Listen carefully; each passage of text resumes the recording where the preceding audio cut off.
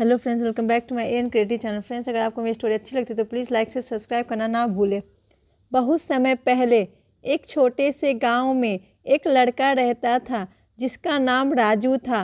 राजू बेहद होशियार और मेहनती था, लेकिन उसमें एक आदत थी जो उसकी खुशी को हर समय छीन लेती थी। वह हर चीज़ में अपनी तुलना दूसरों से करता रहता था। अगर कोई उसका दोस्त नई किताब खरीद लेता तो वह सोचने लगता, मुझे क्यों नहीं मिली। अगर किसी का परीक्षा में ज़्यादा नंबर आते तो वह खुद को ही दोष देने लगता। यह आदत उसकी हर सफलता का आनंद छीन लेती थी। राजू गांव के स्कूल में वहाँ उसका एक सबसे अच्छा दोस्त था, मोहित। मोहित पढ़ाई में थोड़ा कमज़ोर था, लेकिन हमेशा खुश रहता था। वह अपनी छोटी छोटी सफलताओं को खूब मानता और हमेशा मस्त रहता। एक दिन स्कूल में परीक्षा के नतीजे आए, नंबर आए और मोहित के केवल 60। तो अपनी मेहनत पर गर्व होना चाहिए था, लेकिन वह उदास था।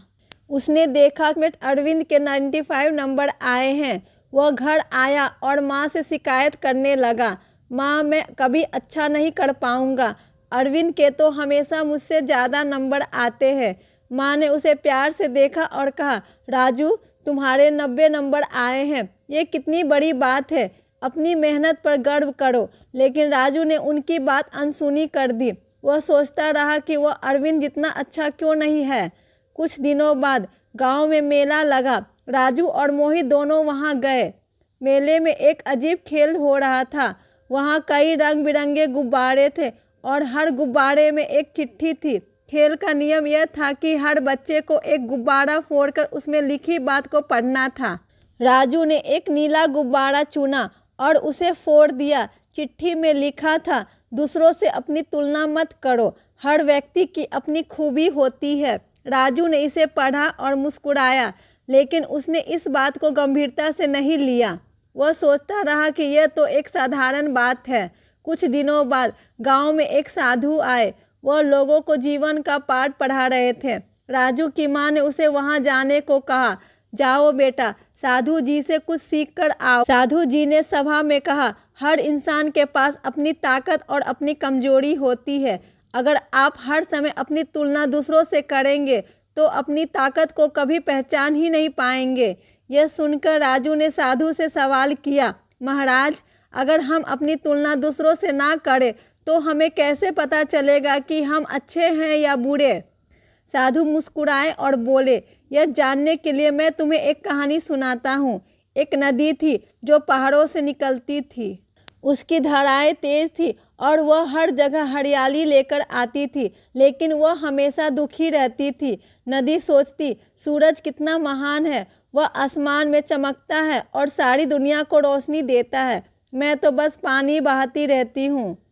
दूसरी ओर सूरज में कभी कभी सोचता, नदी कितनी भाग्यशाली है, वह सबको पानी देता है और जीवन को पोषित करती है। मैं तो सिर्फ रोशनी देता हूँ।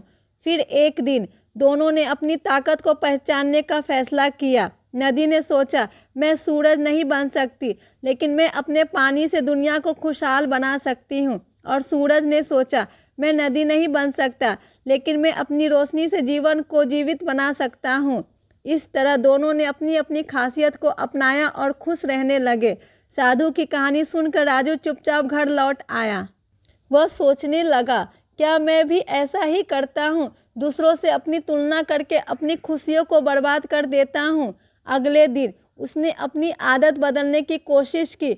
जब उसने देखा कि मोहित अपनी 60 अंकों को खुशी खुशी मना रहा है तो उसने उससे पूछा, तुम इतने खुश कैसे रह लेते हो। मोहित ने जवाब दिया, क्योंकि मैं अपनी मेहनत पर गर्व करता हूँ। मुझे दूसरों से बेहतर नहीं बनना, बल्कि अपने आप से बेहतर बनना है। धीरे धीरे राजू ने अपनी सोच बदलनी शुरू की। अब वह अपनी सफलताओं का आनंद लेने लगा। वह दूसरों की सराहना करने लगा, लेकिन खुद से तुलना करना छोड़ दिया।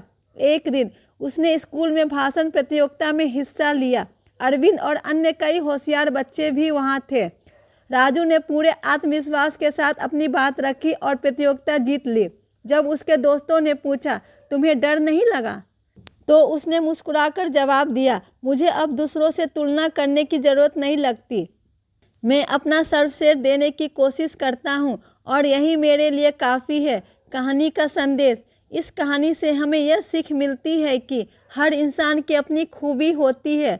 दूसरों से अपनी तुलना करने से हमारी खुशी और आत्मविश्वास छिन जाता है। खुद पर भरोसा रखें, अपनी ताकत को पहचानें और अपनी मेहनत पर गर्व करें, क्योंकि अंत में आप सबसे बेहतर तभी बनते हैं जब आप अपनी तुलना केवल अपने आप से करते हैं।